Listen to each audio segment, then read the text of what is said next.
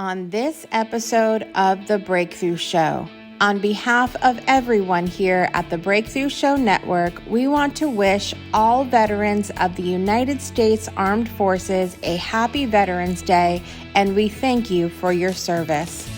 In honor of Veterans Day, we welcome a multi-passionate speaker and veteran, Farron Dozier, to the show. Farron joins us at the Hot Topics table to share about the importance of mental health for our veterans, as well as the choice to be a voice for different communities. Then we meet an entrepreneur bold enough to buy a chocolate factory when he doesn't even like chocolate. Ray Blakney is here. As the last new guest of this season of The Breakthrough Show, Ray brings some incredible stories and breakthroughs to the aspiring entrepreneurs of the world and more. Don't miss another incredible episode today.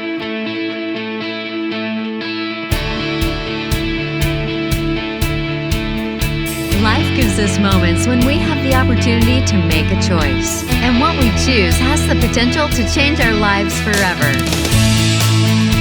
Join us now for another inspired episode of The Breakthrough. And now, please welcome the creator and host of the show, Jessica Dugas. Welcome back to The Breakthrough Show. I'm so excited to be here with you for another episode today. I'm your host, Jessica Dugas, and I am thankful that you are joining us today for the daytime talk show, inspiring you to change the way you look at and live your life through inspirational stories, entertainment, and of course, hot topics. This episode today is premiering around Veterans Day, and you guys know, based on our history here at the show and some of what I've shared personally in my life, how important our veterans are to me. And so we're going to touch a little bit on that today.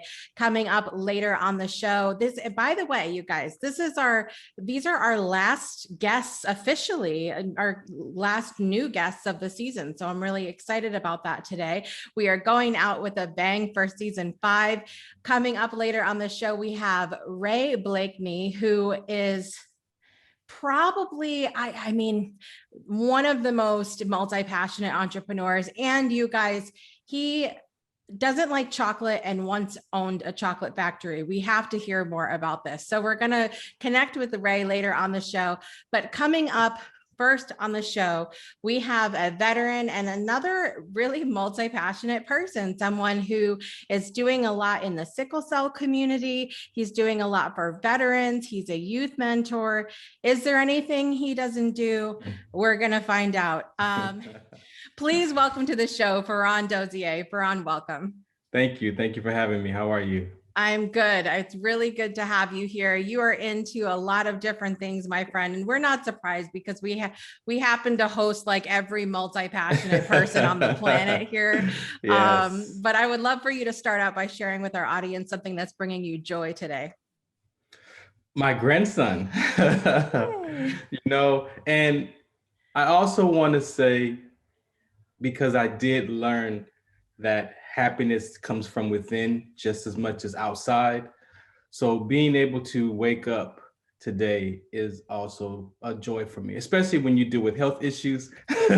So I don't want the listeners to, as we have a conversation today, that joy and happiness comes from within first. So a lot of times we look for outside resources or things to make us happy. So my grandson definitely does make me happy, but then I have to look within myself first, and definitely waking up this morning is the gift. So yeah, absolutely. Well, you wake up this morning and you get to enjoy the grandson, right? So exactly. It's got to come. One's got to come before the other. Exactly. They work together. Yeah. And it's interesting that you talked about that too, though, because when I started having my own health issues a few years ago, I've had issues my whole life, but a few years ago was really like that breaking point for me. And there was a day where I woke up and I just said to myself, I'm not going to do anything that doesn't bring me joy anymore. And I know that sounds silly to some people because they're like, listen, girl, you find joy in doing those dishes with 8 people in your house? Probably not. But it's about if I'm not presented with joy, I'm going to go look for it. And if I can't find it, I'm going to create it, period, end of story. And I know that you've lived your life very much. You've been outspoken about that, about finding joy and creating joy with everything that you've been through in your life. One of those things is being a veteran. First of all, I know how you feel about this, but I'm going to say it anyway. Thank you for your service. No, thank you. Because my dad is a veteran and I have other veterans in my family. My cousin has been on the show herself and she's an Army veteran. And we've had several guests on that are veterans. And it really, I know that you guys hear that a lot, but there's not often, the action behind it or the real emotion or feeling behind it. But I assure you here, we are beyond grateful. But tell us, really briefly about your history with the military and when did you join and what did that look like for you? Okay. So I graduated high school at 18 and my uncle was in the Air Force Reserve. And so one day he asked me, what are you going to do when you graduate? I'm like, I'm not sure. I don't really know what dreams I had at that time. And so he was like, well, you should check out the military. I was like, yeah, I saw him in his, blue uniform and things like that. So he was like, look, check out the military, but go to the reserves first. Don't go full time first, because if you go full time first and you don't like it, you're going to be stuck with however many years you sign up. If you sign up for 3 years or 4 years or 6 years, you're going to be stuck. But if you go to the reserves, you can see what it's like. And if you like it, you could always transfer it and go full time. So I initially sat down and looked at it and was like, you know what, let me go look at that. So I went, took the ASVAB test. And lo and behold, a National Guard recruiter came to my grandmother's house and offered me a $2,000 bonus.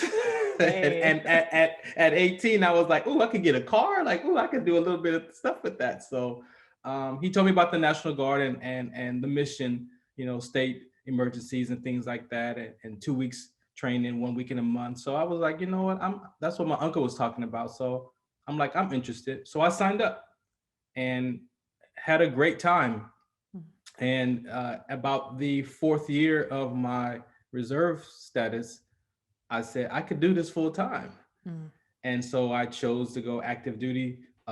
And 20 years later, with 24 years total service, I retired in 2013. I know that one of the things that you are very outspoken about and that I've seen in the people that I know that have been served in the military as well is the importance of mental health for our veterans. And what is it about? Is it something that you've struggled with personally, or is it just in seeing it in other people that you've served with? Yeah. Now, I had a great career and I can say that to you today at 51. But I tell you, looking back, and the journey in that conversation, I could tell you that I did have some struggles. And the transition, I could tell you that at 19, when I officially, had joined and was in basic training, I remember being on my bunk, one night after some maneuvers that we were training on, and I was looking up at the ceiling, like, and this thought came into my mind, like, what are you doing here? And it was like, when I thought about like, what am I doing here? I could tell you, my brain clicked, and I clicked over from that 19-year-old kid to that soldier. And from that moment on through basic training, it became a routine. I took everything a different level of seriousness because I saw that what they're training us is how we're going to survive. And so it was not a joke. And so some of the things that they said to us, like, don't daydream and worry about where your girlfriend is at or your wife is at home. Like, you could get your squad killed by daydreaming like 2 seconds. So all these things that they shared with us, I took it to heart. Like, this is going to be it. This is going to be my journey. And not understanding that, shift, I could tell you that for me, my identity was trapped in that camouflage. And it's great. It's not a bad thing because we have pride. We have, we have all these things, ego that gets, we all deal with, but there was a level of pride that was in that camouflage. And I could tell you, I lost myself in my career because I was so into that job and the different jobs that I had, 3 different MOSs. So I had, different educations and just my background. So I could tell you that part of my issue was the identity crisis. So when my military career came to an end, and not by choice, not because I wanted to get out, but because of some medical issues, I'm like, my life is over. Right. And so that conversation right there triggered what I would say spiraled into this mental health. Because I played basketball, like I was an athlete. So we have mental toughness, like we all have mental toughness, Right. but there's something in there that if you don't really understand what that is, it could be the one little slight thing that takes you off your course. And I saw myself when I had my exertion injury with sickle cell trait and rhabdo. I saw myself kind of like spiraling, especially when I got the notice that I was going to be on a medical board. Like that notice of being on the medical board, I made it mean my life is over. And so we have to pay attention to our subconscious mind. Our subconscious mind keeps us safe. It protects us, but also it is not our friend. And it will tell you some stuff that's not the truth. And I downloaded that information into my heart, and I started looking for all the evidence of why my life was over. So from 2006 until 2011, 2013, even today, I still have to now manage, is my life is over because of opening that space. Right. Right. And so once you start finding evidence, it's challenging to let that evidence go. And so I believe that for myself only, I don't like to generalize my conversations, but for myself, it was my identity, and that triggered all the other stuff in my life from my past that I didn't realize that I was dealing with as well. So the military seems to enhance why we join the service. Like for the reasons people do it, because they're homeless, people do it because they want education, people do it for many reasons we join the military. But you have to be careful what that reason is, because if that reason gets taken away, then you could be lost in that career. And the military they don't really have a lot of grace for you if you get in trouble. So Right. so you could do great all your whole career and make one mistake and it costs you your whole career. So those are the things that a lot of us deal with, whether it's you get in trouble or even a health issue. The one thing I've seen, and just listening to your story, but also other people that I know, is a little bit of a lack of support. And I'm curious what your perspective is. Do you feel like there is a lack of support for the mental health of the soldiers while they're in the military, as they're transitioning out of the military, or is it a combination of both that you feel like might need to be changed? I want to say, from what I understand now, it has improved. But during my time from 89 until 2013, we do have mental health classes once a year is how they did that. Once a year. Yeah. And then you do have health and wellness checks, of course, throughout, the activities of your station. But I don't think people really get in depth of how important that is, just as much as you doing your job, right? Because life happens and you have to have this career.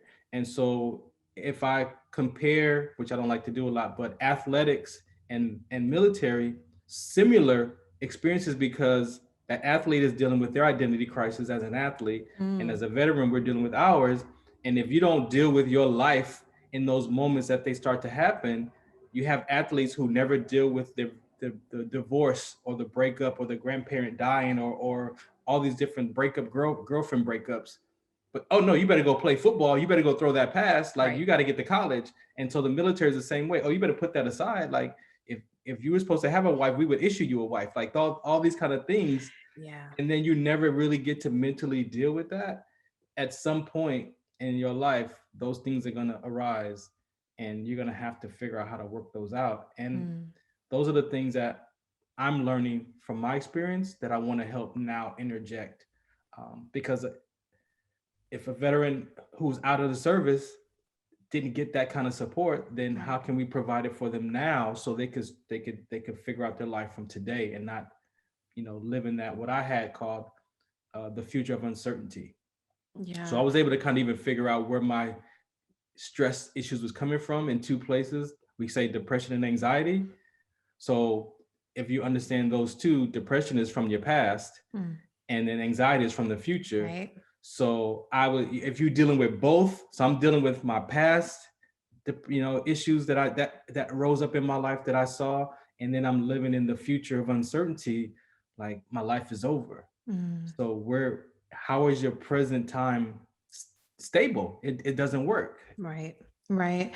What kind of support is available out there for veterans? And is there anything that you can think of that maybe the majority don't realize exists as far as support goes? So I think, not that I think, but for people and for myself, I'll just use myself as an example. I'm not a combat veteran, although I did serve during the war in state to train our soldiers and Iraqi soldiers together for that war. That was my contribution. But at the same time, we do train how you're going to fight. So you are prepared to do whatever, when called to do. I say my mom's prayers, kept me out of those areas. So I do acknowledge that. However, being able to understand that we all have some type of thing we need to work on, and the VA does provide that. I didn't think I fit in the VA mental health system because most of it is focused on combat stress issues, right? So I didn't think, I'm like, so if you're a circle and the programs are made for squares, where do I fit in? And so I never saw myself fitting in those programs that the VA offer. So I was able to be introduced to a personal development course that kind of helped me interrupt one of those 3 choices of committing suicide, which is, a reason to live. So because I discovered that one little piece of why I wanted to live, I was able to maintain my mental health. But if you don't find one of those 3, then you could actually people take their life. So I want to say to veterans, the VA system, they have great programs. They do. When I took the cognitive behavior course, so at first I took the grievance course because my dad passed away 2 years ago. And that led me to the VA to go back for my mental health stuff. Because when I went years ago, they tried to give me medication. I'm like, I'm not trying to take no drugs. I'm not that. That's the first thing they want to give you, and I'm like, I know I have more mental toughness than I'm experiencing. And I don't want to succumb to having to take drugs and walk around like a zombie. So I fought my doctor on having to take medication. And like I said, the personal development courses that I got into, and then that led me back to the grievance courses that they offer because of my dad passing away. And then my psychologist was like, any more work you want to do? And I'm like, yeah, you know what? Since I'm here, and I had heard about cognitive behavior from my sister who does social work and mental health. And she was like, bro, you need cognitive behavior classes. And so when I remember what she said to me, I told the doc, hey, this is where I'm at and I want to take this. He says, well, this is again for combat, but we could still use the same principles and help you, sort out what you're dealing with. Right. It was the best thing. It was like the icing on the cake. And how that course worked and helped me unravel my thoughts. I mean, it was like the best. And so I had to look at the VA differently because even though the programs might seem they're 4 squares and you're a circle or a triangle or a rectangle, still put your life in there because those principles help across the board. Yeah. Yeah, it sounds like it's really that there are things available and it's a matter of choosing to take advantage of them. And it's really good to hear from you that there are things available, especially for those veterans who did serve in combat, because I know that's a kind of a different egg, so to speak. And so it's good to hear that they're available. It sounds like, a big message that you're passing on is to take advantage of what's there and use those things as you need them. We're going to take a quick break and talk to Ray, and we're going to come back more with Farron at the end. We'll be right back. Breakthroughs are about more than you might think. They're about discovering who you are, digging deep, reaching to the core of your soul. They're about healing yourself, understanding your beliefs, creating a ripple effect. And it's not just those initial moments that matter. It's about using them to bring more joy into our own lives and the lives of others. It's about having fun, letting loose, enjoying every moment life has to offer. It's about finding a safe space. It's about creating connection.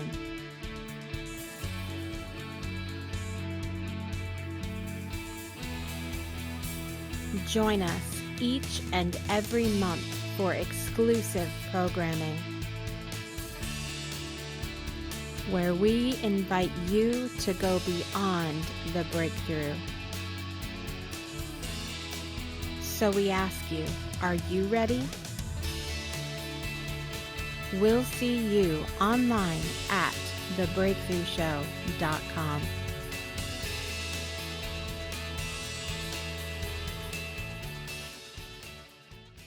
Welcome back to the Breakthrough Show. I'm really excited to have my special guest today. He is our last guest of the season, at least our last official guest. I'm really excited to have him here. When we talked initially, he has so many moving parts to his story, including the audacity of being someone who doesn't like chocolate but owns a chocolate factory. How did that happen? I don't know.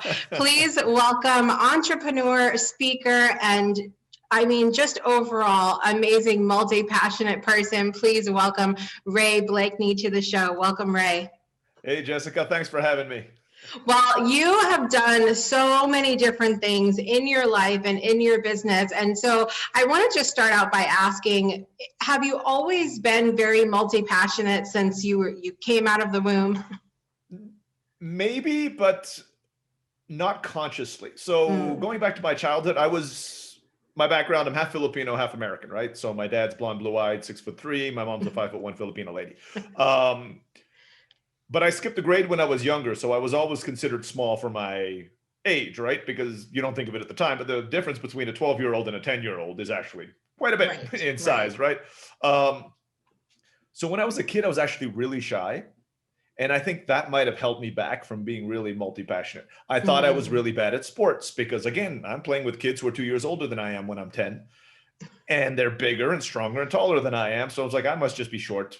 Again, I'm in the same grade as them, so I didn't really think about the 2-year age difference. So I didn't do it. The multi-passion, I think, started actually when I was about 25 or 26. When I kind of, you get out of college, you start finding yourself. You get out of school and you kind of start finding who you really are. You're no longer that, in the cool crowd. Like in school, we're all in these little cliques, but when you go into the real world, you don't necessarily have to be in those anymore. So I got a chance to be myself. I got a chance to do things without, oh my goodness, what do the kids at school think if I try this thing out? And nobody cared because there's always a clique that does whatever it is you're doing and you just make friends over there. So that's, I think, when it started. So I can't say that I might have had it since I was a kid, but I was too shy and probably my self-esteem was too low to take advantage of it until I was an adult.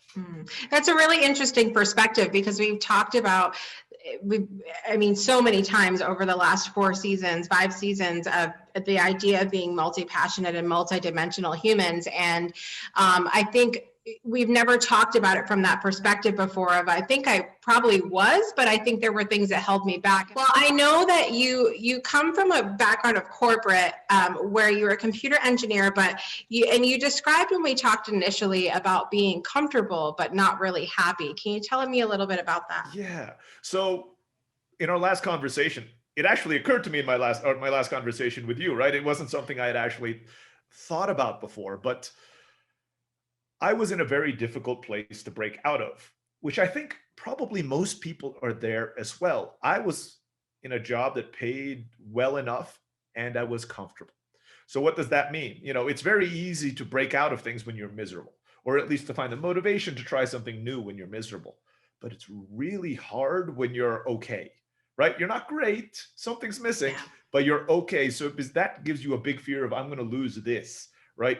Not even everybody has the right to be okay or never gets to the okay. So why am I going to give up my okay with a chance of, doing something better in the future? It was really hard for me to break out of that, right? I had a condo downtown, a nice car, steady job that paid the bills, wasn't really stimulating, but it wasn't also, they didn't treat me bad. It wasn't like I hated my work either.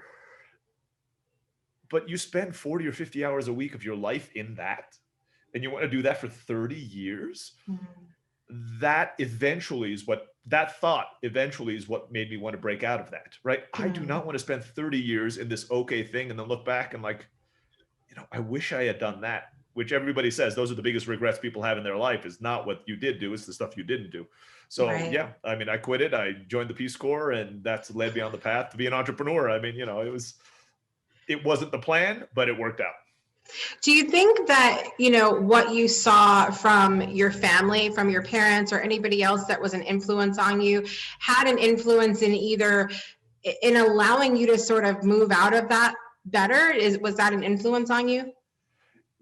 Yes and no. So I'm lucky to have great parents. So I know everybody's not in that position, but I have a great relationship with my parents. I have a sister, same thing. And they were always supportive of everything I did. They were not entrepreneurs. They worked in the same company for 20 or 30 years. I think they changed job once, while I was with them. But they supported everything I did. So that helps a lot when you're trying to take the risk and your worst case scenarios. You always have a place to go. You have loving parents who will at least take you in. It's embarrassing, but the option of being homeless and on the street was not a realistic option, right? There was always a place for me to go. What they did do, probably unconsciously when I was growing up. So I grew up as an expat kid, what they call a third culture child. Parents from two cultures, and you grew up in the third one. And we traveled all the time. So that opened me up to the possibility of exploration, not only by moving to other countries, but in life, right? I saw that a lot of people are scared to go to a new place because all these bad things can happen. But I've been to 50 countries and no bad things ever happened. I got picked.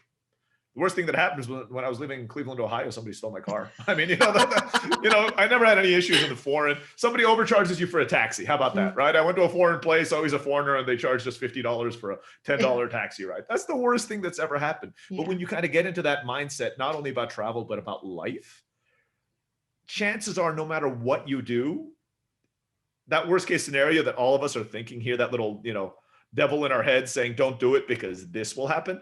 It's probably not very likely that that's going to happen, right? Statistically, you might be hit by a car more likely than, any kind of violent crime happening to you when you travel. Right. If you start a business, the worst case scenario generally is not bankruptcy. It's going back to where you were before. Whatever your skill set is now, you could probably get a job doing what you are doing right now. It might take a few months. It might do all these kind of things. But if you really think about it, the worst case scenario is not failure and, end of life. That's what stops a lot of people. That's what the way my parents raised me, I think, taught me. Nothing is final. Worst case scenarios almost never happen. And if you spend your entire life worrying about those worst case scenarios, you're going to have a very, very disappointing life to yourself. I truly believe that. I love that you talk about this idea of exploration as a child and how you feel like that helped you, because that's a very similar theme to what I talked about when my friend Hannah Donji was on the show. And that was that she very similar to you, had parents from two different backgrounds and then grew up in a very different country as well. And so her parents, though, what she said was that they gave her the the space to explore these different things in life, and that ultimately helped her, and I think tied in, because she's very multi-passionate as well, and so I think ties into that, the idea of giving children the space to explore different things, and ask questions. That's a huge one too. Do you see you being that kind of dad to your son as well when he gets older? Oh, absolutely. We're actually planning it right now. So as I mentioned, as you can tell, I speak English a little bit. And my wife, well, she studied college in the United States, so she speaks English. She's a native Spanish speaker. So English and Spanish is given. We're looking to move to Taiwan in the next 18 to 26 months because we want him to have a third one. So and so he's going to be a third culture child. He's going to have a similar upbringing to mine. He's going to be a native speaker, almost, a fluent native speaker of Mandarin, Spanish, and English by the time he's 5. I mean, he's hopefully he'll be at a point where if he spoke Spanish, you'd think he was Mexican. If he spoke English, you'd think he was American. If he spoke Mandarin, apparently Taiwanese have a slightly different accent than the mainland China, but at least you'll think he's a native speaker just with the accent from Taiwan. Yeah. And that's an advantage we want to give him. He's got to go to college. I mean, it's just in the family. But the thing is, I don't care what he studies, because if you could speak those 3 languages, your opportunities in your life right now are infinite, right? I mean, there's so many places you can work, so many things you can do, just by speaking those languages and having those cultural experiences, understanding the Mexican culture, understanding the American culture, and understanding the Chinese culture. As a growth for a child. I know that you've done several different businesses, and I mentioned one of them about the chocolate factory. How in the world, how do you go from not liking chocolate to going, hey, I should run a place that makes that? Yeah, so that's an interesting story. Just as though you know, I sold off my stock in that yesterday, even though I'm good friends with my partner, and so I no longer do own the chocolate factory, but I owned it for about 4 or 5 years. I owned 51% of a chocolate factory. So this was about 7 or 8 years ago. I've mentored a few people who wanted to start their own businesses, and I was mentoring this girl in the Philippines, where I'm originally from, and she wanted to start what they call a BPO, business process outsourcing company. Pretty standard in the Philippines, a call center, right? Everybody in the Philippines has a call center. She wanted to copy everybody else. So she asked me to mentor her. I knew her through a family member, and that's how we got in touch. So I mentored her a few years. Smart girl, call center, didn't work out, too much competition. Her parents had grown up very poor, but they had built a small, successful, low-level chocolate company. And in the Philippines, they have these chocolates called tableas. They have them in Mexico as well. So if anybody's bought like abuelita chocolates, it's just this really unprocessed chocolate that they put in these tablets, and you put it in milk, and then they just boil it down and it makes chocolate milk, right? It's just sugar and cacao, and there's nothing to it. And they made enough to send their 3 daughters to college doing that, right? They came out of poverty. They didn't even have secondary school education. They were able to do it. But that was the level of their business. I don't know the exact income, but I would say $2,000-$3,000, which in the Philippines is quite a large sum of money, but they were doing that. So this girl, her business didn't quite work out, but then she found out about a scholarship in Ghent, Belgium, where they were paying people from the developing world. You applied for it, and they were bringing 10 people over there to study with the chocolatiers of Godiva for an entire year over in Ghent, Belgium. And she talked to me. She's like, do you think I should apply? And I'm like, yeah, go for it. I mean, this is a great opportunity. So she applied. She got it. So she went to Belgium. We stayed in touch. We were just talking and all that time. She loved it. She became the first certified Belgium chocolatier in the entire country of the Philippines. So she went back there, and she, we were still talking. So she talked to me, and she was like, look, I have the knowledge. I even have the supply chain because my parents at least get the raw cacao. I want to start producing local high-end luxury chocolates in the Philippines, but I don't have the capital to buy the machines and set up the factory. Would you be interested in investing? So I talked to her, and I went to talk to my wife. I'm like, honey, would you like free chocolate for the rest of your life? She's like, yeah. And my wife was like, yes, of course I would.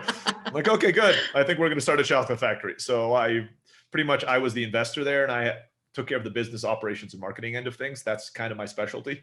In all my businesses, I tend to be the business person, and I always work with somebody who's got the specialty. Like my primary business, livelingua.com. I'm not a language teacher. My wife is. So we started it together. I do everything around it to make sure it works, and she focuses on quote unquote the product. It was the same thing with Ginto. It's still there. You can go to all the high-end stores in the Philippines and buy our chocolate, Ginto chocolates in the Philippines. And my partner Dollar Reach took care of the day-to-day operations. I took care of kind of the high-end marketing, strategy, supply, all that kind of stuff. That's so fun though. And I think, I mean, you've kind of blown it out of the water just with that example of the idea of that you have to be really good at something to invest in something or be, or, you know, have a business at all. Because I think that, you know, what you're sharing is about the importance of the back end of it as well, that you don't have to be this front and center person to have a business. Absolutely. In fact, most people don't believe it. I'm an introvert, right? So I don't actually want people to. You're lying. I know, that's what everybody says. But yeah, I'm totally okay not being known for the business, right? I'm looking for the kind of, the building of it's so much fun to me. You know, the whole process. How would I put it? People say follow your passion in the business, but for me in particular, that has not been my route for business. I find other people with passion, but without the business knowledge, and I help them build the business. So I either do the invest, I supply the, you know, knowledge, capital, even sometimes staffing, because I have staff from my other businesses, and I help them build up their business if I think their idea is a good one. And I'm an engineer, so I have mathematical way. I do mathematical analysis. I don't trust my gut. My gut's kind of dumb. So if I trusted my gut, I'd be living on the street right now. So I kind of go with, like, I use math to figure out whether the business has a chance of succeeding. And then I have a methodology that I go through, and I just run it for every business. And you usually know within about 2 years whether it's working or not, and how well it's going to work. And that's it. So, and then I hire people to run them, and then I move on to the next shiny object. Well, tell us a little bit about what you're working on now, Ray. I know you've done a lot of different things, and now I find out you sold. I was hoping to get some chocolate, but we're moving on. What are you working on? Hooked up. I told you, I'm good friends with the owner. It was a very amicable. You know, she bought me out. It's totally good friends over there. So I'm working on 2 things right now. So my main business is livelingua.com, where we have the 3rd largest online language school in the world. My wife and I run that. We've been running that for 13 years now. But we're the only mom and pop language school out there in the top 5. Everybody else has millions of dollars from big, you know, rich investors on Wall Street. And it's, we're that guy going up against Starbucks. Me and my wife at the coffee shop in the corner trying to go up against Starbucks. So far, we're surviving. The 2 new projects I'm working on, one is by accident and one is on purpose. So I launched a toilet paper holder store, e-commerce store 2 weeks ago. So that should be interesting to see if that works. That's by accident. So howmuchtoiletpaper.com, if anybody's looking for really cool toilet paper holders, or even the standard stuff for a few bucks, just one for your house, we got you covered. We are the online toilet paper holder superstore. And the one I'm launching on purpose is a website called podcasthawk.com. It is for people to help find them podcasts, to appear on as guests. We have built a search engine from the ground up. So right now, if you want to go on Google and say, hey, I'd like to be on podcasts like Jessica's, right? You know, business podcast or inspirational podcast, whatever that may be. Good luck. You know, you Google that, try to find results. Yeah, you might find 10 or 20, and half of those haven't made new episodes in the last 2 years. Right. Really, really hard. So this was the challenge I was facing back in March, right? So I was looking to help promote Live Lingual a little bit more. I'd like to get on some podcasts. How can I do it? So I did the Google search. I tried looking on iTunes. Yeah, that didn't work at all. Finding their search is awful. So it's a computer program. I'm like, okay, there's got to be a better way to do this. So I, spent a quick weekend. I'm like, is there a way to get every podcast episode and podcast review into a database from iTunes and Spotify? Weekend, I'm like, yeah, it's possible. I didn't get them all in the weekend, but I just did like a little test that it's possible to physically do that. I got like 100, right? Can I get their emails and contact information? Next weekend, I went in there. I'm like, that's possible too. So that's where the idea started. We spent 6 months getting every episode, every podcast, every review, and every email into a database. And now we've made this really cool and slick, and I give all credit to my programming team, as while I'm a programmer, I don't have time to be doing it full time anymore. And they're a lot better at it than I am. Going back to what we talked about before, I am not the best programmer in the world. I have people who are much better than me.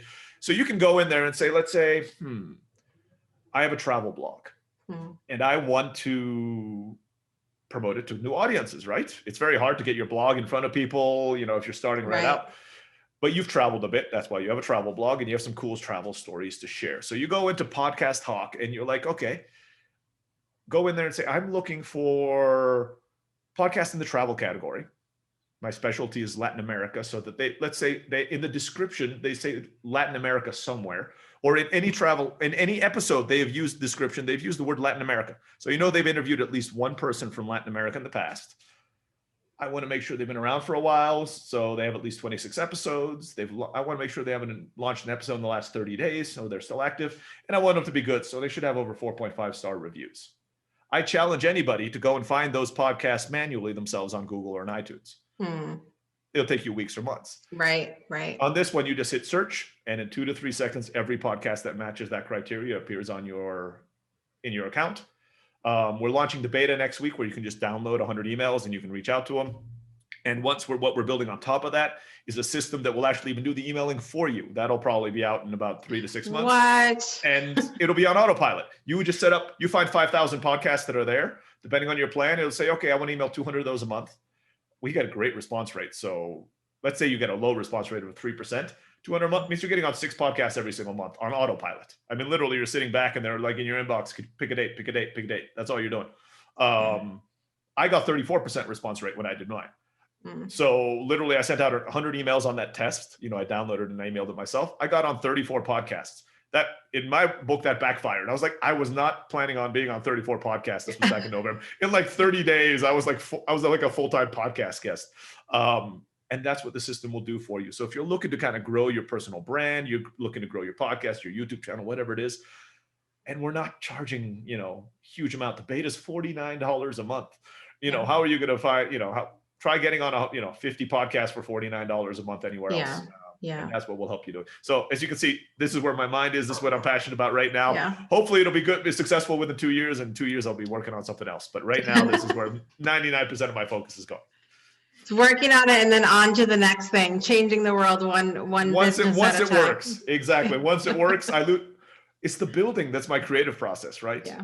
Once it works, I kind of lose interest because it's a different skill set. My respect to people who kind of can run businesses, because that's about executing the same thing every single day meticulously and kind of growing it incrementally. But to me, at least, the creative is kind of out of it at that point, and that's when I lose interest. I told you, I have a family of artists. This is my art platform. This is my medium. So it's no longer art at that point.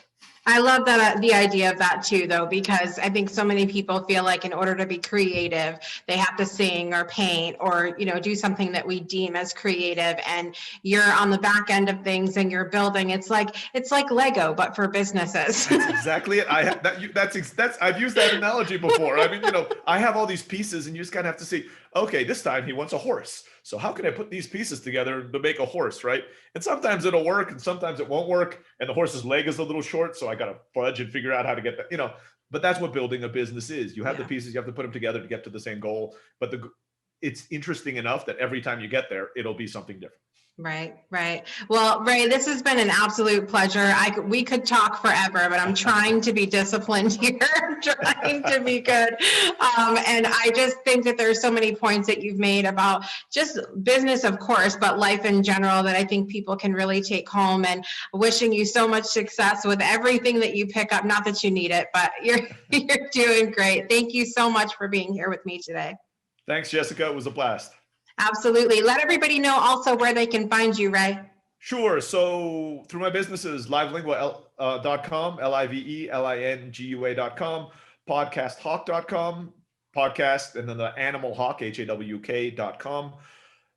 For Live Lingua, just go to the About Us page. I put my email right there. We're a family-run business, so you can contact us there. Podcast Hawk, we bootstrap. So I might have 2 programmers working for me, but you go to the Contact Us page, that comes right into my inbox. I am customer support right now, at least. And then the final things is through social media. You can look me up on Facebook. I feel old saying Facebook, but that's fine. RayBlakney.com. Look for a picture of a guy sword fighting, Japanese sword fighting kendo. Then you found the right guy. You can follow me on LinkedIn and you can follow me on Twitter. Ray Blakney at all of them. All of them have a sword fighting photo, so I stick out from the other ones.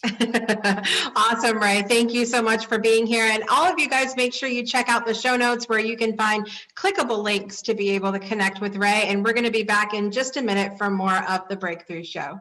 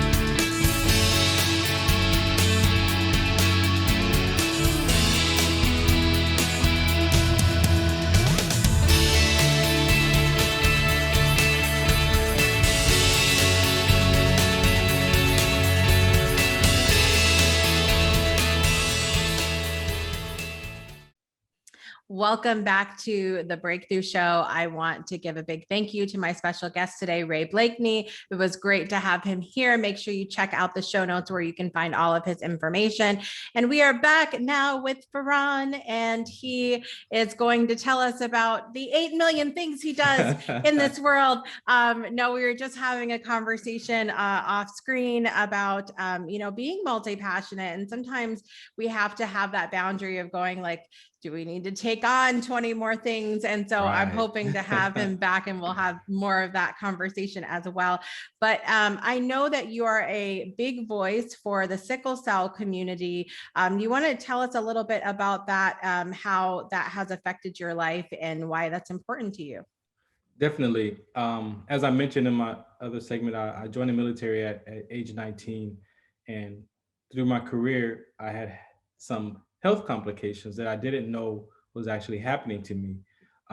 In 99, I found out I had sickle cell trait I was transferring to an infantry company to be a supply sergeant. So I had to do a physical, my second physical in the military. And the Air Force base that I was near found my trait. And so he asked me, do you know you have sickle cell trait? No. Okay. But he gave me no brochure, no warning signs, like nothing about, I'm like, okay, I have a cousin with sickle cell disease. He's like, no, it's not the disease. You're just a trait carrier. Make sure you don't mate with another person and have a child with the disease. But and I'm like, okay, cool. I mean, I was 29. So anyone here out the other, I'm packing up my house, I'm moving my family to across country. So I never thought about that conversation again. And then in 2006, I was at my Master Sergeant Academy school, ANOC, they called it. And like twice a year, we take the APFT, the PT test.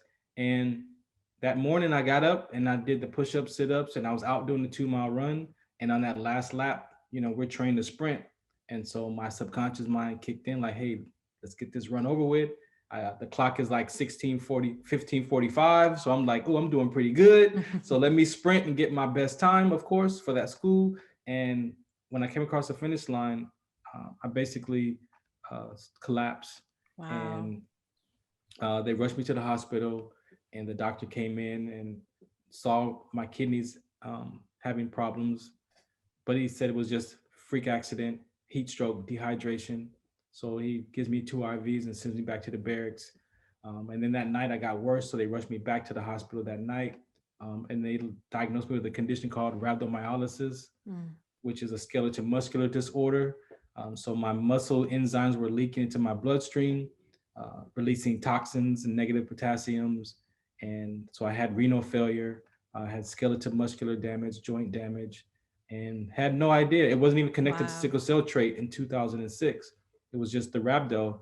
And then 4 years later, the officer that I served with during the war, I was a platoon sergeant, he was platoon leader. And I seen him on the base one day after leaving a mental health appointment. And he's like, how you been? I'm like, you don't want to know. He's like, tell me. So I'm like, man, I can't barely walk. I'm over here taking these mental health classes. He's like, oh, something like that happened to me where my muscles locked up, but I have sickle cell trait. So I have to drink extra water, take these vitamins. And this is 2010.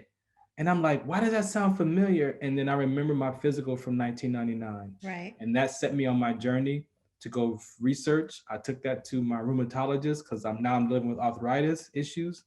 And she was able to put those two together with the rhabdo. And then we found that people have been dying and collapsing from sickle cell trait exertion in the military, athletes, people just hanging out in Denver skiing, like all these different cases. And so when I discovered that that was my issue, from my life being over to now discovering that I have a voice in another conversation, and that what's next is what has me in front of you today. And so in my sharing with veterans, when I meet veterans, one of the conversations is we have to find out what our what's next is. Because we get so stuck in that identity crisis, right? And life is over, but and we miss that camaraderie. There's things that we miss, that brotherhood and sisterhood that people, as we say, civilians, you just won't understand, right? And maybe the closest as a fraternity, probably, if I could describe it. But there's a sense of love and brotherhood and sisterhood that you don't lose, and you want that. Mm. It's not like, especially if you feel you get it from your family. Yeah. So then you have that connectedness, and when that's taken away, you feel alone. I felt, you feel a certain way, but I say find your what's next, because I found a whole nother community of people who live with sickle cell disease, who have sickle cell trait. 300 million people globally live with sickle cell trait. Wow. So I have a voice in a conversation that's impacting 300 million people plus. And then those people, some of those people have children who have sickle cell disease, which is 100,000 or more in the United States. So when you see where your voice is, that gives you that strength to want to have a conversation, and then you find your peace, you find your place in that. So a lot of times, and so you see the different things that I take on, right? Because I have a voice, right? I have a voice in mental health. I have a voice in sickle cell trait. I have a voice in arthritis. I have a voice in rhabdo. So I want people to understand that you have a voice. Yeah. You just have to find one that you care about, that matters to you today, and go find the people who are in that community. They're waiting for you to show up. They're waiting for you. And some people need that encouragement, and you might be that piece that encourages folks to live another day. Right. Maybe they find their voice to speak out about a conversation. So that's what I've been able to do. And it's opened up so many doors. Like I'm in the room with doctors and researchers just because of my sickle cell trait experience. And who would ever thought that, a retired sergeant first class could be sitting with scientists and doctors and researchers about my condition and helping them figure out what's going on. That's priceless. I love how this conversation has come back around, and there's been a real theme about identity. And I think even in my own experience, as I've dealt with different health challenges, when you're presented with those things, you have to ask yourself, like, is this what I want my identity to be, and like we were talking about briefly, the difference between having a voice and letting it consume you, be who the only thing you are.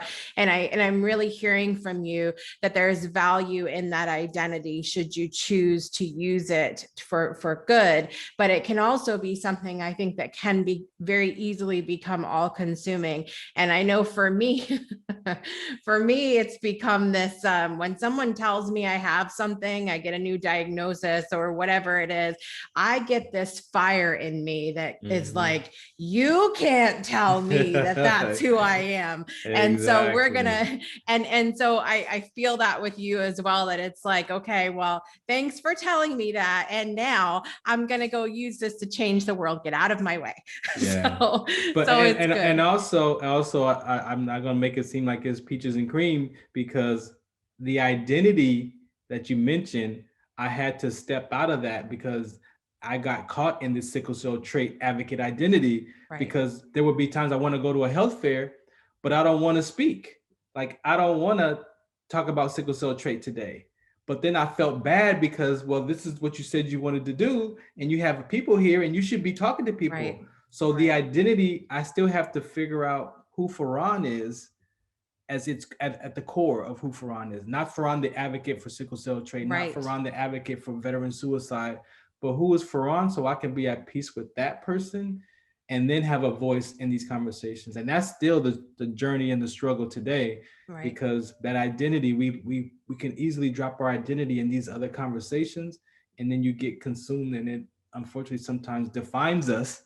And then you get stuck in that, and then now and so being able to, now kind of like figure out who Farron is and what I care about, and having voices in these conversations, still work. Still work. It's fun, because you get to meet people, and I have, different talk shows that I do, from the Revolution Radio show on KCA radio to the Farron Dozier show on Sunday nights, to a blog talk show that I have since 2010. I mean, so I have platforms to meet people and talk to people. But at the same time, sometimes I don't want to talk. Right. Sometimes I don't want to talk. I get that. I get that. Well, this has been amazing. I gotta stop myself before we talk for 12 more hours. And so I would love for you to tell everybody what's the best place they can find you, Farron, to hear more from you. FarronD.com has everything that I'm up to for the different conversations. So FarronD.com will take you to all of my nonprofit advocacy work, to my talk shows. Awesome. Thank you so much for being here today, my friend. I really appreciate you. Thank you for your time. All right, you guys, it's been another fantastic episode. I want to give a big thank you to Ray Blakney and, of course, Farron Dozier for being here today and finishing up our last guests of the season. We are so excited to be back next week with some Where Are They Now catch-ups with some of our past guests on the show. And I want to thank every single one of you for being here, watching or listening wherever you are in the world. And until next week, I want to remind you to make every day a great day for a breakthrough. We'll see you next time.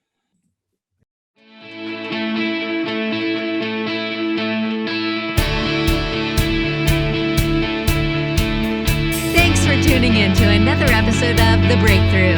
Please visit our website at www.thebreakthrough.com